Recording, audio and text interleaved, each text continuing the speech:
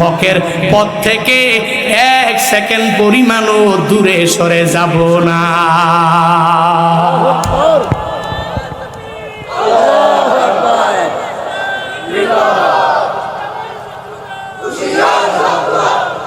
আল্লাহ বিশাল বড় মহান দায়িত্ব দিয়ে দিলেন। হে বান্দারা, আল্লাহ নবীকে পর্যন্ত বললেন, হে নবী আপনি দণ্ডায়মান হয়ে যান আর এদেরকে সতর্কবাণী শোনায়া দেন। উলামায়ে কেরামের উপরে দায়িত্ব পড়ে গেল। উলামায়ে কেরাম ঘরের মধ্যে বসে থাকবে না, বরং যেই মানুষটা খারাপ পথের মধ্যে চলে যাবে এদেরকে ওই পথ থেকে বের করিয়া জান্নাতের পথে কেমনে নেওয়া লাগবে এই চিন্তা নিয়ে উলামায়ে কেরাম দৌড়ে যাবে। আল্লাহ নবীকে বললেন, নবী এদেরকে সতর্কবাণীগুলো শুনাইয়া দেন। এই যে উলামায়ে কেরাম দেখেন নাই, শিক্ষা সিলেবাসের মধ্যে বানর থেকে মানুষ হলো ডারউইনের মতবাদ প্রকাশ করতে লাগলো। নাস্তিকেরা আগে অনেক চেষ্টা করেছে, এবছর আসিয়াও চেষ্টা কিন্তু ভালোই করেছে, কিন্তু মিশনটাকে সাকসেসফুলি বানাইতে পারে নাই। কারণ কেন জানুনি? উলামায়ে কেরাম এই বইয়ের মধ্যে, এই পৃষ্ঠার মধ্যে ডারউইনের মতবাদ পাইয়া যাওয়ার পরে উলামায়ে কেরাম বিভিন্ন ওয়াজ মাহফিলের মাধ্যমে, বিভিন্ন কনফারেন্সের মাধ্যমে, সাংবাদিক সম্মেলনের মাধ্যমে জানায়া দিল, হে নাস্তিকেরা শুনে নাও, তোমরা যতই বলো ডারউইনের মতবাদ বাংলাদেশের ছোট ছোট কচি বাচ্চাদের অন্তরের মধ্যে ঢুকাইবা, তোরা পারবি না, পারবি না, পারবি না, পারবি না। কারণ উলামায়ে কেরাম এদেরকে বয়ান কইরা জানায়া দিল, তোমাদের আদি পিতা হলো আদম, তোমাদের সর্বপ্রথম মানব হলো আদম। আল্লাহ আদম বানালেন, হবে না।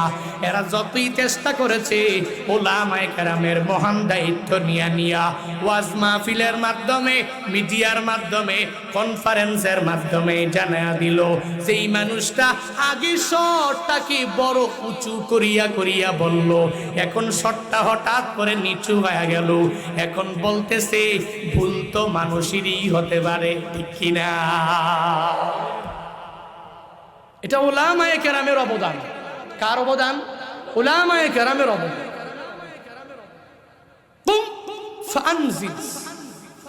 যে মানুষটা হকের পথ থেকে লাইনচ্যুত হয়ে মিথ্যার আশ্রয় নিবে, খারাপ পথে যাবে, এদেরকে সতর্কবাণী শোনানোর দায়িত্ব উলামায়ে কেরামের উপর বর্তায়। তো উলামায়ে কেরামই বলবে, এরা দিল খুলে বলতে হবে, মন থেকে বলতে হবে। এরা চায় না। উলামায়ে কেরাম কি চায় জানোনি?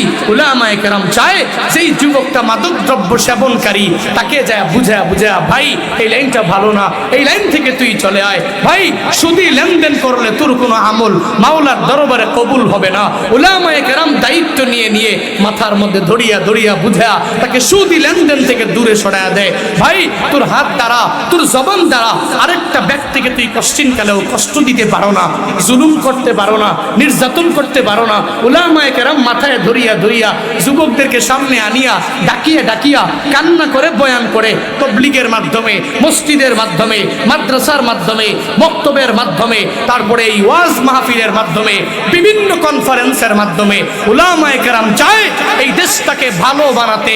আর নাস্তিক যারা, সেকুলার যারা, এরা চায় এই যুবকগুলোর ভেতর থেকে আল্লাহর ভয় পূর্ণাঙ্গভাবে দূরীভূত করে দিয়ে এদেরকে কিভাবে নাস্তিক বানানো যায়, এদেরকে কিভাবে মাদক দ্রব্য সেবনকারী বানানো যায়, এদেরকে কিভাবে অন্য একটা মানুষকে জুলুম করা, নির্যাতন করা শেখানো যায়। নাস্তিকরা এটাই চায়, উলামায়ে কেরাম চায় না। ইসলাম এটা চায় না, ইসলাম এটা চায় না। ইসলাম ছাড়া অন্যান্য ধর্মাবলম্বী যারা, এরা চাইতে পারে ইসলামের মধ্যে সালামত, ইসলামের মধ্যেই নিরাপদ, ইসলামেই শান্তি, হক্কানি উলামায়ে কেরামের কথার মধ্যেই শান্তি, ঠিক কিনা? নাস্তিকতা নিপাত যাক, দিন ইসলাম বলে না, নাস্তিকতা নিপাত যাক, নাস্তিকতা নিপাত যাক, দিন ইসলাম জিন্দাবাদ, নাস্তিকতা নিপাত যাক, দিন ইসলাম জিন্দাবাদ। কোটি প্রাণী একই আওয়াজ, খোদাদ্রোহী ছাড় পাবে না, এই বাংলায় ঠাই হবে না। মুসলমানরা জেগেছে, জোর কদমে সামনে চলো, বজ্র কণ্ঠে আওয়াজ তুলো, সবাই মিলে একই তালে দাও না স্লোগান, লিল্লাহে তাকবীর, নারায়ে তাকবীর, দিন ইসলাম, দিন ইসলাম, জিন্দাবাদ, জিন্দাবাদ। ইসলামেরই জন্য দেশের হয়েছে জন্ম, ইসলামের বিরুদ্ধে গেলে দেশ হবে ভিন্ন। ইসলামেরই জন্য দেশের হয়েছে জন্ম, ইসলামের বিরুদ্ধে গেলে দেশ হবে ভিন্ন। ইসলামের বিরুদ্ধে যারা নিয়েছে অবস্থান, এই বাংলায় ঠাঁই হবে না, যাও হিন্দুস্তান। জোর কদমে সামনে চলো, বজ্র কণ্ঠে আওয়াজ তুলো, সবাই মিলে একই তালে দাও না স্লোগান, লিল্লাহে তাকবীর, নারায়ে তাকবীর, দিন ইসলাম, দিন ইসলাম, জিন্দাবাদ, জিন্দাবাদ। মুসলমানের এই দেশেতে নাস্তিকদের ঠাঁই নাই, নাস্তিকদের পক্ষে যারা এদের কোনো রক্ষা নাই।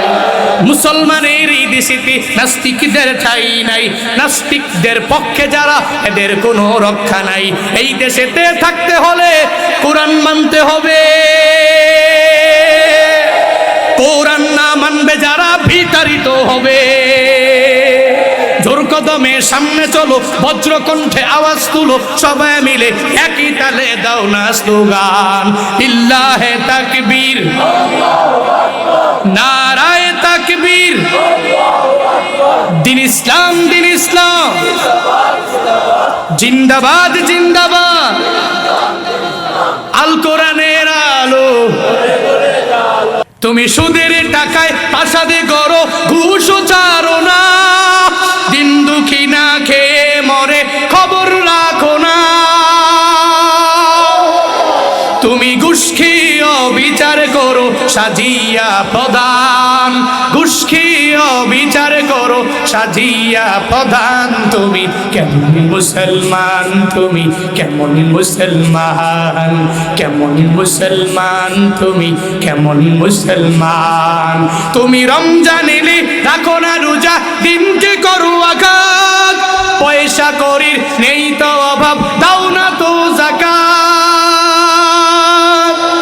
তুমি ইমানদারির বড়াই করো, নেই তোমার ইমান, ইমানদারির বড়াই করো, নেই তোমার ইমান। তুমি কেমন মুসলমান, তুমি কেমন মুসলমান, কেমন মুসলমান, তুমি কেমন মুসলমান, ঠিক কিনা? তুমি নবীর উম্মত দাবি করো, সুন্নাহ মানো না, নবীর অপমানে তোমার হৃদয় কাঁদে না। তুমি বিজাতীয় সংস্কৃতিতে সপেছো পরাণ, বিজাতীয় সংস্কৃতিতে সপেছো পরাণ। তুমি কেমন মুসলমান, তুমি কেমন মুসলমান, কেমন মুসলমান, তুমি কেমন মুসলমান। নামাজের সাথে নাই পরিচয়, মানো না কোরআন, নামাজের সাথে নাই পরিচয়, মানো না কোরআন। তুমি কেমন মুসলমান, তুমি কেমন মুসলমান, কেমন মুসলমান, তুমি কেমন মুসলমান, ঠিক কিনা?